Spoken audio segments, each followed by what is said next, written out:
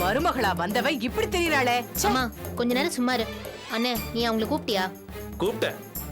என்னடா சொன்னாவ? அவ இங்க வரதுக்கான மனநிலையில இல்லையா? அடி செருப்பால. கூப்பிட்டா ஓடி வர வேண்டியதை விட்டுட்டு இப்படி மொட்டை நியாயம் பேசுறாளா அவ? சம்பாதிக்கிற திமிருடா. அவளுக்கு நல்லா பேச தெரியுதுமா. வாய் கிழிய பேசுறா. எல்லாத்துக்கும் பதில் வியாக்கியானம். இதுக்கு தாண்டா படிச்ச சிரிக்கைய கட்டிக்கிட்டு வரக்கூடாதுன்னு சொல்றது. இதே படிக்காதவனா கட்டி வச்சு காதறுத்தாலும் சத்தம் போடாம கம்முன்னு குடும்பம் நடத்திட்டு இருப்பா. மாசம் சம்பளம் வேணும், அதுவும் 7000 ரூபாய் வேணும்னு கணக்கு போட்டு பொண்ணு தேடும்போது எங்க போச்சு புத்தி? பாத்தியாடா, இதான் வெட்டி குசும்புங்கிறது. அவன் என்னடா அங்க பேசிக்கிட்டு இருக்கா, இவர் இங்க பேசியே கொல்றாரு. ஹலோ, உங்க மனசுல என்ன நினைச்சிட்டு இருக்கீங்க? உங்க அம்மாவை சும்மா திட்ட வேணாம்னு சொல்லு. இவன் நிலைமையை பார்த்து சங்கடப்பட்டு அபிய கூட்டிட்டு வரலாமேன்னு போனோம். ஆனா நம்ம நேரம் சரியில்லை.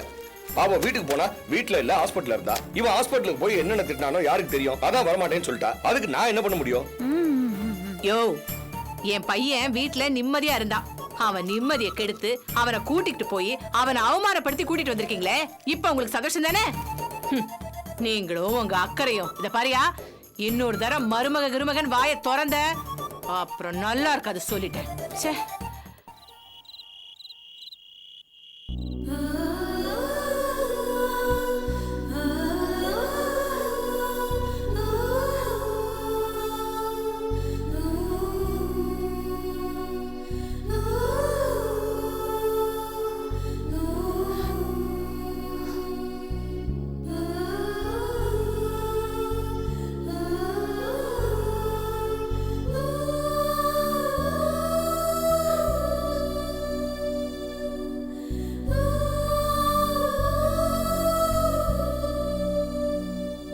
அபி, என்ன இது?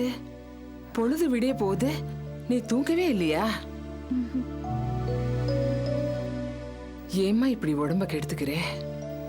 தூக்கம் வரலம்மா. மனசு முழுக்க கஷ்டம், குழப்பம். எப்படி தூக்கம் வரும்? என்னம்மா இது?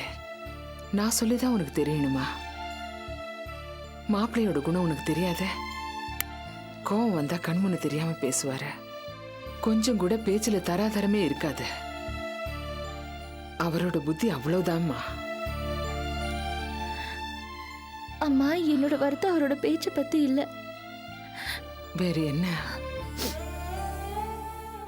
மனசு திறந்து சொல்லட்டுமா? எனக்கு புருஷங்கிற உறவு இடையில வந்தது. அது நாமளா ஏற்படுத்திக்கிற பந்தம். ஆனா நீ, ஆர்த்தி, ஆனந்தி, மனோ, நீங்கெல்லாம் அப்படியா? உங்க எல்லார் மேலயும் எனக்கு இருக்கிற பாசத்தை நான் சொல்லியா தெரியணும்? என்ன அப்படி இப்படி எல்லாம் பேசுற? நான் உயிரியே வச்சிருக்கிறேன் என் கூட பிறந்தவங்க. அவங்களே இப்போ ஏதோ வேற மாதிரி பேசுறாங்களேம்மா. அத நினைக்கும் போது என்னால தாங்கிக்க முடியல. அம்மா, மனசு விட்டு சொல்றேன், நான் நிம்மதியா தூங்கி எவ்வளவு நாள் ஆச்சு தெரியுமா? புகுந்த வீட்டுல கிடைக்காத நிம்மதி அம்மா வீட்டுல கிடைக்கும்னு எல்லாரும் நினைக்கிறாங்க. ஆனா இங்கேயும் எனக்கு அது கிடைக்கல. என்னக்கா பேசுற நீ? உன்னை நாங்க ஏதாவது சொன்னோமா? ஓ, நிம்மதியா கெடுக்கணும்னு இங்க யாராவது நினைப்பாங்களா?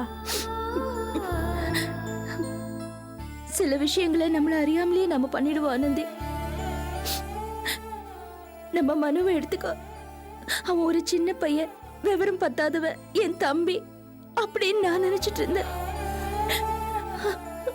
ஆனா அவன் இன்னைக்கு எனக்கு அட்வைஸ் பண்றான். அவனுக்கு முன்னாடி நான் தப்பு பண்ணவ மாதிரி நிக்கிறேன்.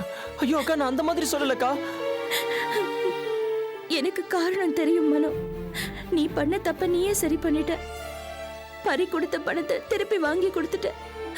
அப்ப நான் என்ன பண்ணணும்? ஒழுங்கு மரியாதையா என் புருஷன் கிட்ட போய் பிரச்சனை ஓவர்னு சொல்லி சேர்ந்துக்கணும் இல்லையா? அதானே கரெக்ட்? ஐயோ என்னக்கா, நான் சொல்றதெல்லாம் பெருசா எடுத்துக்காதுக்கா. எனக்கு விவரம் பார்த்தாதுக்கா, என்ன மன்னிச்சிருக்கா. எதுக்கு மன்னிப்பெல்லாம் கேட்டுக்கிட்டு? வீட்டுல எல்லாரும் ஒன்னா ஒரே கட்சி ஆயிட்டீங்கல்ல. ஆனா நான் மட்டும் தனியா வேற வீட்ல இருந்து வந்திருக்கிற ஒரு விருந்தாளி மாதிரி ஆயிட்டல்ல. அது எப்படிடா? இந்த தாலியை மட்டும் கட்டிட்டா பிறந்த வீட்டுக்கே ஒருத்தி அந்நியமாயிடுவாளா? என்னால இதை ஏத்துக்கவோ நம்பவோ முடியாது. என்னடா அக்கா, நீ இவ்வளவு பெரிய வார்த்தைலாம் பேசாதக்கா. எங்களால தாங்க முடியல. அக்கா, உன்னை போய் நாங்க அந்நியமா நினைப்போமா அக்கா? ஏங்கா இப்படி எல்லாம் பேசுற? அதான சொன்னேனே, சிலதை நாம வேணும்னே பேசுறது இல்ல. நீங்க என்ன வருத்தப்படுத்தணும்னு நினைக்கல, நான் ஒத்துக்கிறேன். ஆனா எல்லார் மனசுலயும் அபி இருக்க வேண்டிய இடம் இப்ப இது இல்ல. அவ புருஷன் வீடுதான் ஆழமா உங்க எல்லார் மனசுலயும் அந்த எண்ணம் வந்துருச்சுல்ல. அதைத்தான் என்னால ஜீரணிக்க முடியல. ரொம்ப வருத்தமா இருக்கு. என்னடா அபி இதெல்லாம்? சின்ன பிள்ளைங்க பேச்சு பெருசா எடுத்துக்கிட்டு வருத்தப்பட்டு இருக்க. என்னைக்காவது நீ தங்கச்சி தம்பின்னு நினைச்சியா? என்னை விட நீதான் அதிகம் பாசம் காட்டின. அவங்க நல்லது கட்டுறது எல்லாம் நீதானே பாத்துக்கிட்ட. அவங்க பேச்சுக்கு போய் நீ இப்படி சங்கடப்பட்டுக்கிட்டு வேண்டாடா, வேண்டாம். நீ இப்படி எல்லாம் வருத்தப்படக்கூடாது. உடம்பு கெட்டுடுமா. ராத்திரி எல்லாம் தூங்கவே இல்லை. படுத்து ரெஸ்ட் எடுத்துக்க. இல்லம்மா, இனிமே என்ன தூக்கம்? அத விடிய போதே. நான் வேற ரெடியாகி ஆபீஸ்க்கு போகணும். என்னடா அபி, இவ்வளவு சீக்கிரம் குளிச்சு ஆபீஸ்க்கு போய் என்ன பண்ண போற? கொஞ்ச நேரம் ரெஸ்ட் எடுத்துக்கிட்டு அப்புறமா கிளம்பு. என்னம்மா ரெஸ்ட்? மனசு ஓய்வா இருந்தாதான் உடம்புக்கு ரெஸ்ட். மனசு முழுக்க வலி இருக்கும்போது எப்படி ரெஸ்ட் எடுக்க முடியும்? நான் வேலை பார்க்கறது மட்டும்தான் இப்ப எனக்கு ரெஸ்ட்னு நினைக்கிறேன். நான் குளிச்சுட்டு கிளம்புறேம்மா. நான் சீக்கிரம் ஆபீஸ்க்கு போறேன்.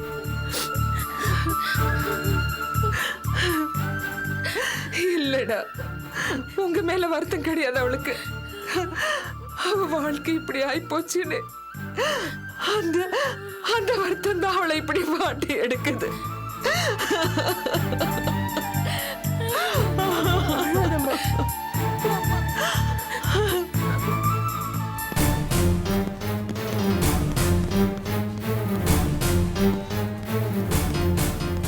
இதான் பாஸ்கர் வீடா? ஆமா, என் தம்பி தான். பார்க்கணுமா? ஒரு நிமிஷம். பாஸ்கர், பாஸ்கர், உன்னை பார்க்க யாரோ 4-5 வாட்ச்மேன் வந்திருக்காங்க. யோ, என்ன அவ லூசா? போலீஸ்காரனை பார்த்து வாட்ச்மேன்ன்றா? நல்ல வேளை ஆட்டோ டிரைவர்னு சொல்லாம விட்டாங்களே. கேப் போட்டதுனால பெருசா ஆராய்ச்சி பண்றாரு. வாய முடியா? ஐயோ சார், நீங்களா? இவதோ தெரியாம சொல்லிட்டா, மன்னிச்சுக்கங்க. நீதான் பாஸ்கரா? ஆமா சார். அபின்றது அவங்க என் வைஃப். ஒய்ஃபா? சார், பொண்டாட்டியா கட்டி வச்சிருக்க நீ? யோ, ஒழுங்கு மரியாதையா உன் பொண்டாட்டிய வீட்டோட அடக்கி வை. தேவையில்லாம கண்ட விஷயத்துல தலையிட்டு என் தூக்கத்தை கெடுக்கிறான். சார், என்ன ராஜகது? ஏன் என் மேல கை வைக்கிறீங்க? நான் என்ன பண்ணேன்? என்ன பண்ணியா? ஏயா, பொண்டாட்டி மேல தண்ணி தெளிச்சு விட்டியா? ஏயா, பொண்டாட்டிய ஒழுங்கா வச்சு வீட்டோட குடுத்தனம் பண்ணாம அவளை கண்டபடி ஆட விட்டுருக்கியா? இங்க பார், ஒழுங்கா வச்சுக்கலன்னா உனக்கும் சேர்த்து உதவலும். என்ன அப்படி பாக்குற? பொம்பளை மேல கை வைக்க முடியாதுல்ல, அதான் உன் மேல கை வச்சேன். புரியுதா? என்ன சார், ஏன் இப்படி அராஜகம் பண்றீங்க? யார் நீங்க? என்னது நாங்க யாரா? யோ, கண்ணு பொட்டையா உனக்கு? பார்த்தா தெரியல? போலீஸ்யா, போலீஸ். போலீஸா? நீங்க ரவுடி மாதிரி பிஹேவ் பண்றீங்க. இப்படி பிஹேவ் பண்றதா உங்களோட டியூட்டியா? முதல்ல வெளியே போங்க. பெருசு, என்ன துள்ற? குடும்பத்தோட உள்ள கொண்டு போய் வச்சு லாடம் கட்டிடுவேன். ஜாகிரதை. என்ன மிரட்டுறீங்களா? First know how to behave. காரணம் இல்லாம என் வீட்டுக்குள்ள நுழைஞ்சு என் பையன் மேல எப்படி சார் கை வைக்க முடியும்? யோ, காரணம் இல்லாம வரதுக்கு நாங்க என்ன கிறுக்காங்களா? உன் மருமக இருக்கா இல்ல, அவளை அடங்கி இருக்க சொல்லு. தேவையில்லாத விஷயங்கள்ல தலையிடாம இருக்க சொல்லு. உங்களை மாதிரி அராஜகம் பண்றவங்க கிட்ட அப்படி பிஹேவ் பண்ணாலும் தப்பு இல்ல. எந்த பிரச்சனையா இருந்தாலும் கோர்ட்ல சந்திக்கலாம். முதல்ல வீட்டு விட்டு போங்க. இந்த மிரட்டுற வேலையெல்லாம் வேணாம். அப்படியா? ஆமா, அப்படிதான். First get out. இத பார், சொன்னா ஒழுங்கு மரியாதையா கேட்டுக்கணும். அதை விட்டுட்டு எதிர்வாதம் பண்ண கூடாது. இருங்க, நான் யாருன்னு காட்டுறேன். யோ, போகையா?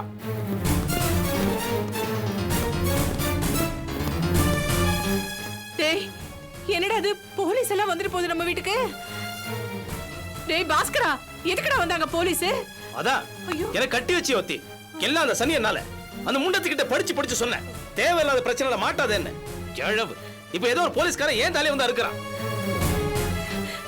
ஐயோ, ஏண்டா எதுக்குடா உன் பொண்டாட்டி இப்படி திமிரு பிடிச்சு ஆடுறா? எல்லாம் என் நேரமா, எல்லாம் என் நேரம். இல்லனா தேவையில்லாம இவனோ எம்எல்ஏ கை வைப்பானா? போதும்டா போதும். இனிமேல் அவள மருமகன் தலையில வச்சு தாங்க வேண்டாம். இனியோட தலை முழுகிடுவோம். இதான் கடைசி. இல்லாட்டி போனா அவ கடந்து ஆடுற ஆட்டத்துக்கெல்லாம் நம்ம தலைதாண்டா உருளும். ச்சே. டேய் என்னடா சொல்ற நீ? இனிமே இந்த சரியனோட சங்காத்தமே உனக்கு வேணாம். ஏதோ ஒண்ணு பண்ணுங்கம்மா. ஐயோ பாவம். ஐயோ பாவங்க என் புள்ள. அடிச்சாங்களாடா? ஒத்தர கொடுக்கட்டுமாடா? நீ தேவையில்லாம பேசிக்கிட்டு இருக்காத. வரேன். ஐயோ ஐயோ தலை எழுத்து. இந்த ராட்சசியால இனி என்னென்ன வரப்போதோ கடங்காரி. எல்லா கரெக்ஷனும் பண்ணிட்டியா? பண்ணியாச்சு சார். அபி பார்த்துட்டான்ல, சைன் பண்ணிட்டுமா? போடலாம் சார்.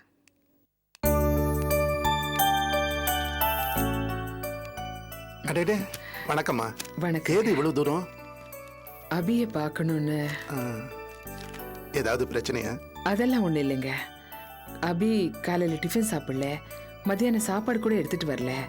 அதான் சாப்பாடு கொடுத்துட்டு போலான்னு வந்தேன். சைட்ல ஒரு முக்கியமான வேலை, அங்கதான் அபியும் உஷாவும் போயிருக்காங்க.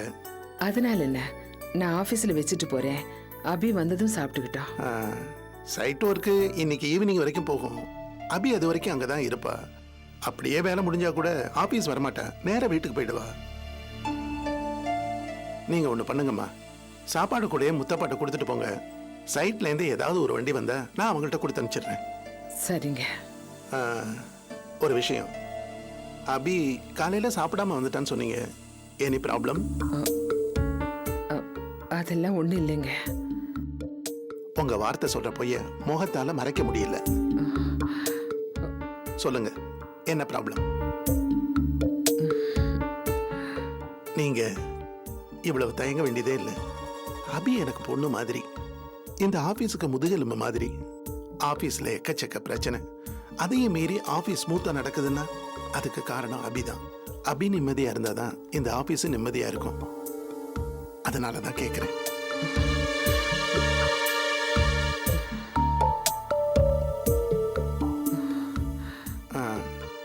நாம இங்க நின்று பேச வேண்டாம். நீங்க கான்ஃபரன்ஸ் ஹாலில் வெயிட் பண்ணுங்க. நான் இந்த ஃபைலை பார்த்துட்டு உங்களை வந்து பார்க்குறேன். கலைவாணி, அவங்கள கூட்டு போ. வாங்கம்மா. ப்ளீஸ்.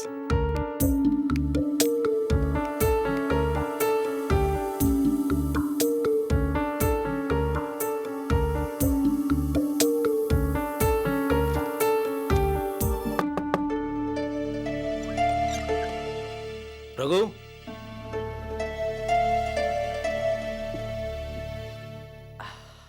டேய். ஹாய் பாஸ்கர், வா வா வா வா வா. டேய் என்னடா அதெல்லாம்? என்னடா இது இல்லாமா? என்ன சின்ன குழந்தை மாதிரி கேட்குற? It's all celebration. தனியாக கொண்டாடிக்கிட்டு இருந்தேன், நல்ல வேலை நீ வந்த. இல்லை, காலையிலேயே நடு ஹாலில் தண்ணி அடிச்சிட்டு இருக்க. ஏன் வீட்டுக்குள்ள அடிச்சா என்ன தப்பு? இல்லடா, வீட்டுக்குள்ளேயே உன் வைஃப் திட்ட மாட்டா? ஒய்ஃபா? அவளால் தானே அந்த நிலைமைக்கே நான் வந்தேன். ஈவினிங்கில் மைல்டாக ஆரம்பிச்சு சூடு பிடிக்க வேண்டிய பார்ட்டியை காலங்காத்தாலே தனியாக உட்காந்து மூச்சு விடாமல் குடிக்கிற நிலைமைக்கு கொண்டு வந்தது காரணமே அவதான்டா. என்னடா சொல்ற? அது ஒரு சின்ன பிரச்சனை. அதில் நான் கண்டிச்சு கேட்டதுக்கு நீ என்னடா பெரிய புருஷன், என்ன கேட்க நீ யாரான்னு சொல்லிட்டா. இவ்வளவையும் பேசிட்டு நான் அவளை கண்டிச்சதே அவளுக்கு அவமானம் தாங்க முடியலையா, சட்டு போட்டு வக்கீல் நோட்டீஸ் அனுப்பிச்சிட்டாடா. வக்கீல் நோட்டீஸா? ஆமா, டைவர்ஸ் கட்டு வக்கீல் நோட்டீஸ் அனுப்பிச்சிட்டா. நான் எதிர்பார்க்கவே இல்லை. அவளுக்கு இவ்வளோ தெனாவிட்டுருக்குன்னு எனக்கு முன்னாடியே தெரிஞ்சிருந்தா அவளை முந்திக்கிட்டு நான் அவளுக்கு நோட்டீஸ் அனுப்பிச்சிருப்பேன். என்ன பண்றது, அவ முந்திக்கிட்டா. இப்போ என்னை வழியில் பார்க்குறவங்கலாம் உன் பொண்டாட்டி உன்னை டைவர்ஸ் பண்ண போறாளாமே, உன் பொண்டாட்டி உன்னை டைவர்ஸ் பண்ண போறாளாமேன்னு துக்கம் விசாரிக்கிற மாதிரி விசாரிக்கிறானுங்க. ரொம்ப கேவலமா இருக்குடா. எதுலையுமா அட்வான்ஸா இருக்கிறவன் இதுல கொஞ்சம் லேட் ஆயிட்டேன், அவ முந்திக்கிட்டா. சரி, அதை விடு. நீ ஒரு பெக்கு போடுறியா? இல்ல, வேணாண்டா. அப்புறம் உன் லைஃப் எப்படி போயிட்டு இருக்கு? ஓகேவா? ஒன்றும் ப்ராப்ளம் இல்லையே. அதை ஏன்டா கேட்குற?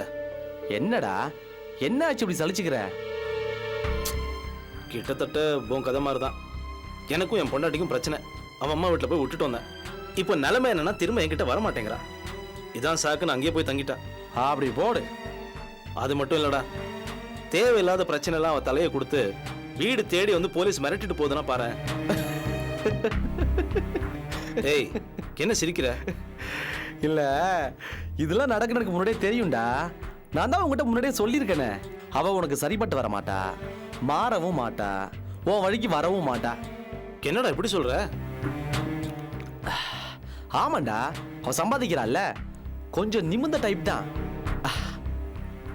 எனக்கு என்னமோ அவ பாஸ்கர், நீ முதல்ல அவளை சரியா புரிஞ்சுக்கவே இல்லை. அம்மா வீட்டில் இருந்துகிட்டு இங்க வர்றதுக்கு யோசிக்கிறானாலே அவ சரி வர மாட்டான்னு தான் அர்த்தம். ஏன் பொண்டாட்டி மாதிரி ஆக போறா.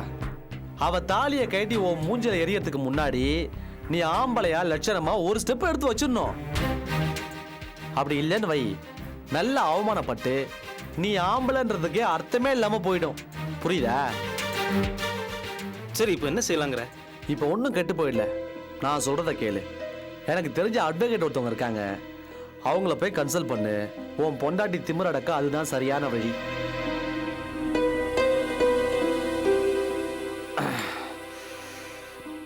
பஸ்ஸு இதான் உங்களோட visiting card. Brilliant lady, meet பண்ண எல்லாம் சால்வ் ஆயிடும்.